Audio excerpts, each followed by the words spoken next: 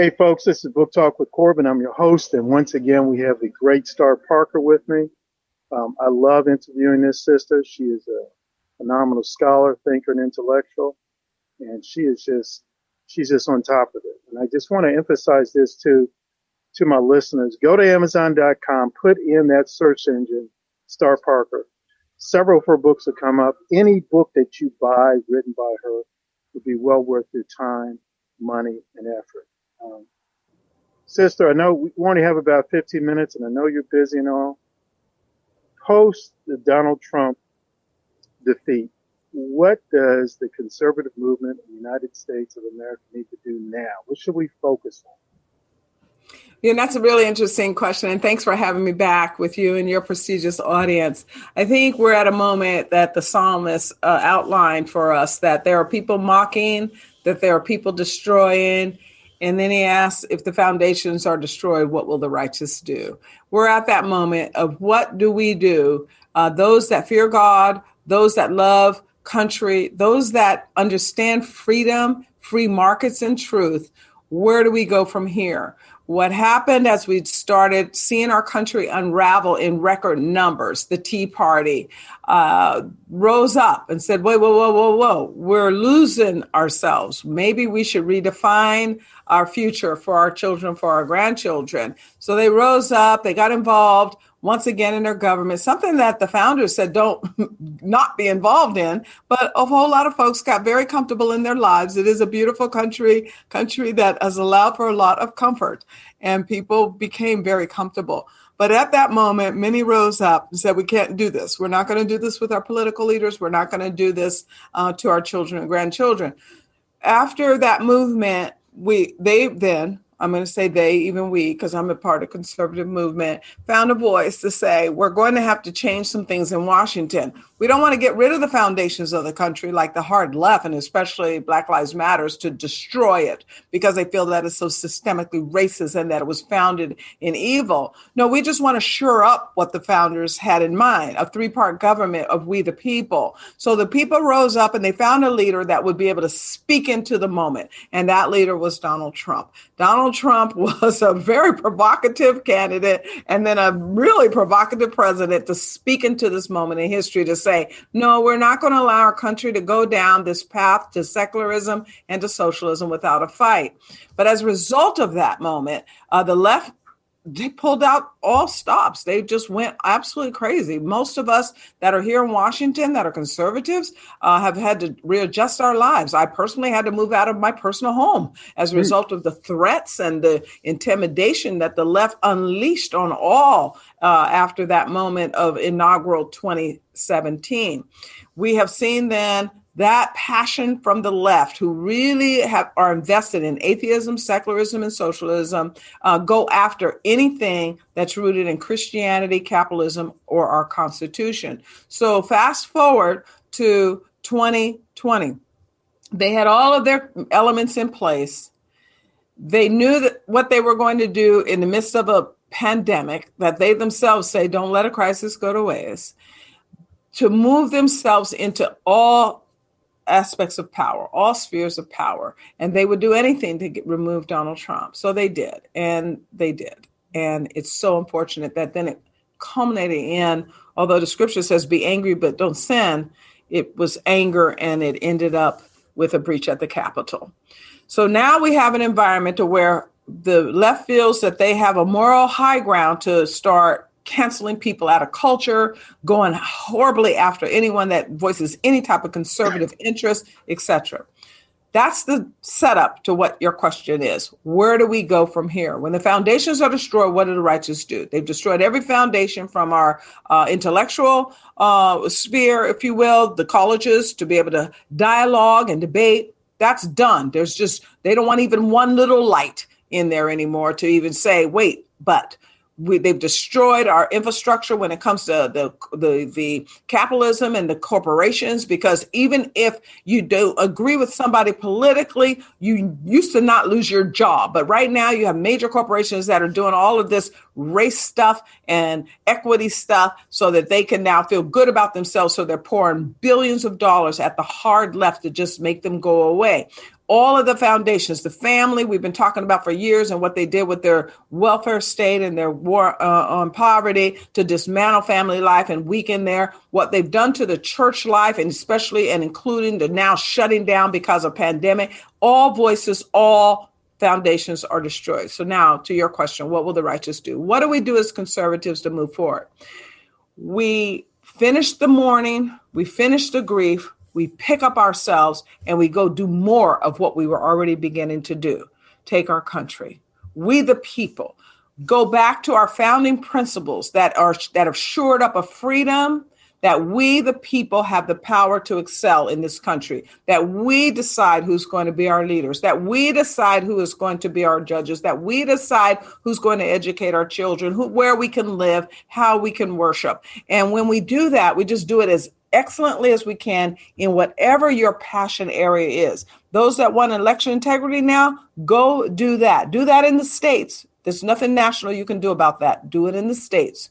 Those that want to war against the cancel culture, go do that, but do it in the states. Those like my organization, we work on poverty issues.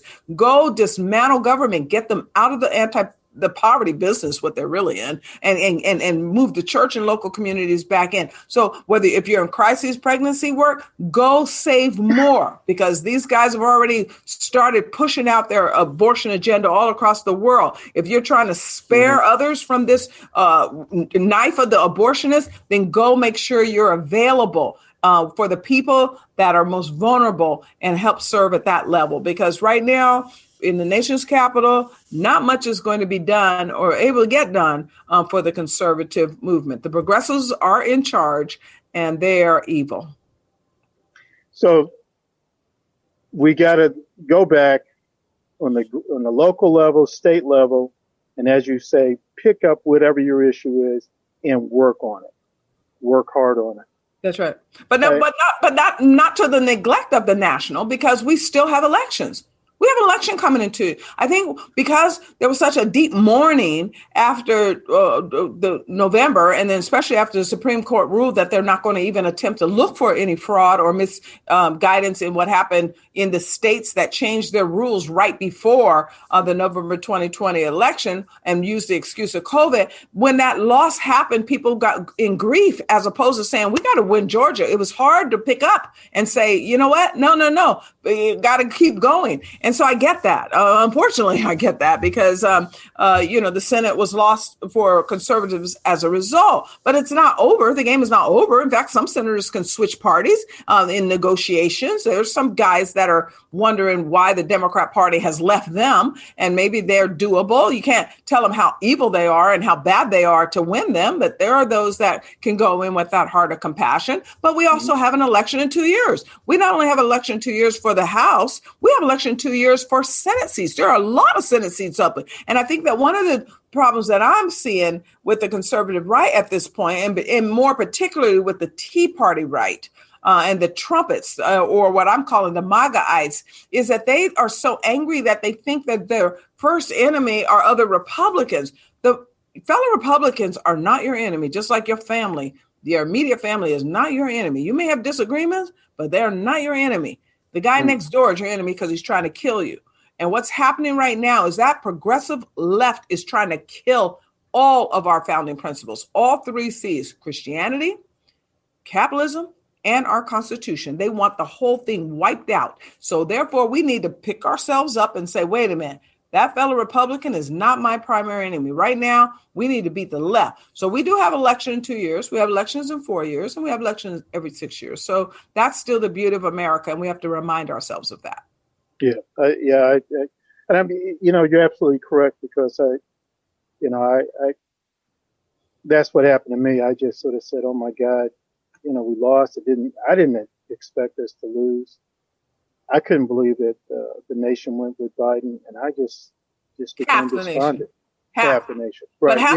But let me tell you, we should have been able to see it. For people that are really looking and listening, half the nation has been telling pollsters forever that they're buying these ideas of socialism. Half the nation forever has felt that they're the underdog. No, this is our fault. This is our fault. We didn't notice that the nation was not only browning, but the browning of our nation were trapped in government schools, hearing only one view. They're trapped in watching ABC, NBC, CBS. They don't have money to go buy cable to where they can get a second view. They were trapped in zip codes to where this is all they heard. They could not, the Bible's very clear. Everything sounds good until you hear the other side. And we forgot to tell the other side to half of the country.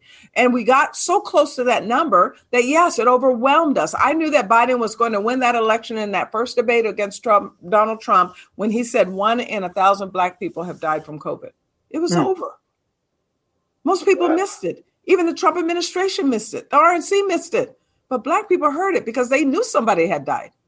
Mm-hmm. And this is what we as a conservative movement have to understand, that while we're arguing against socialism, half the country already lives in socialism. They've never experienced freedom.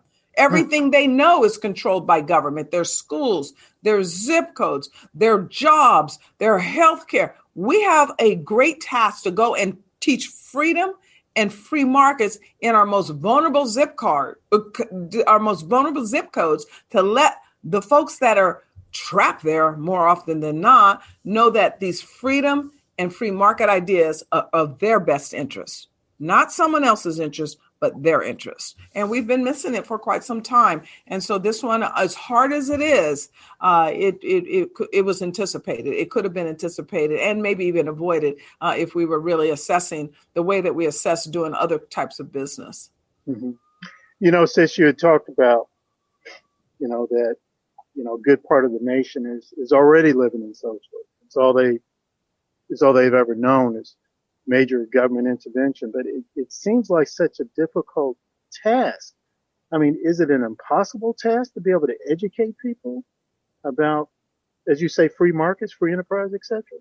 Well, I don't think so. Otherwise, I wouldn't be doing my work at CURE. What we've done at the Center for Urban Renewal and Education is we believe that, and especially I believe as a founder, that everybody has the opportunity to be saved. Everybody has the opportunity to learn and to grow. In fact, somebody, and one a great philosopher, in fact, I think it was some entertainer guy, said everybody's ignorant of something. And so what you see what you do when you see ignorance is you try to educate. So we are either buying this idea that, they're not educatable, never mind, or we're saying that, you know, maybe they just don't have enough information. So if you're asking me, can we go into certain zip codes and tell the truth? Why not? What we're doing at CURE is saying, why don't we just start with the clergy? Because if the clergy start to get it, then they can teach it to their congregation. So it just depends on the approach. I think that one of the things we've grown accustomed to over the last 20 years, at least, maybe even longer than that, but at least for the last 20 years, is this attachment to government. If we get the feds to do it, I don't have to think about it anymore. And that's not how the country was designed. It was really designed, we the people. That means you have to constantly stay active. We grew comfortable. The middle class and upper middle class grew very comfortable, while those that were newly coming to the country and those that were entrenched and trapped in these impoverished zip codes were getting weaker and weaker. And now their numbers have grown and it overwhelmed us, took over, and we've got real problems as a result. Okay. This is Book Talk with Corbin. I'm your host, and we have with us Star Parker. Sister, we just have a few minutes left, but before I conclude, your website is urbancure.org. Is that correct? Yes, that's correct. Mm-hmm. Right. So if people want to get more information about your organization, and I hope they do, go to urbancure.org. Now, your organization exclusively works with ministers. Is that correct? Well, we don't exclusively. No, we have a 3-pronged program. And in fact, over the next couple of weeks, you're going to see us unveil now as a policy institute here in Washington. We spent quite a bit of time since I founded the group 25 years ago on the activism arm of it, on the media arm of it, and then with our clergy arm of it. But we're now going more into the policy arena, especially as this Biden administration has pushed out their little racial equity agenda, which means that they're going to go into every single department here, agency here, act here, commission here, and a committee here to promote that America's systemically racist. So the ultimate result should be a reparation. So we're going to start peeling away at that philosophy and fighting those types of propositions that they put in place as a policy institute. So it's three-pronged. We do policy, we do media. We own blackcommunitynews.com to get the messaging out to that church community. And then we do have a pastor network that is living and breathing in these zip codes, really trying to help those, that little lost sheep, those that are the least of these. So that's the essence of the organization, the Center for Urban Renewal and Education. We fight poverty, we restore dignity through messages of faith, of freedom, and of personal responsibility. Fantastic. So one last question. It's a little off topic. I've been hearing more and more about the Biden administration pushing for a $15 an hour minimum wage. What are some of your thoughts on that? And some people would say, well, I mean, how can you be opposed to the minimum wage going to $15 if you're trying to combat poverty? Right. Well, it's interesting to ask about that because that's one of the big issues that CURE has been working on over the last couple of weeks to fight it back. And we think we've won that battle, that the Biden administration now, and not just has heard from us, but from many across the country, to say this is not a good idea. In a nutshell, the reason it's not a good idea, you can ask any woman, one size fits all doesn't.